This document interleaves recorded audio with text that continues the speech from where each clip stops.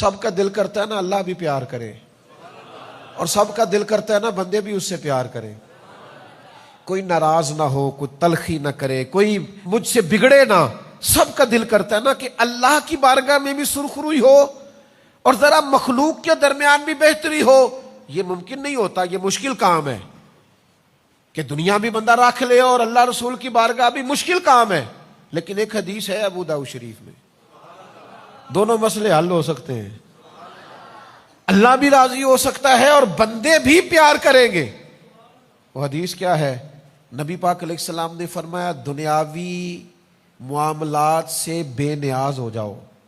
ہر وقت نہ دنیا مانگا کرو، ہر وقت نہ پیسے مانگا کرو، ہر وقت نہ عہدے مانگا کرو، ہر وقت نہ دنیا داری کی چیزیں مانگا کرو.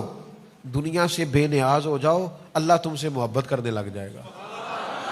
اور فرمایا جو لوگوں کی جیبوں میں ہے نا اس سے بے نیاز ہو جاؤ، بندے بھی تم سے محبت کرنے لگ جائیں گے.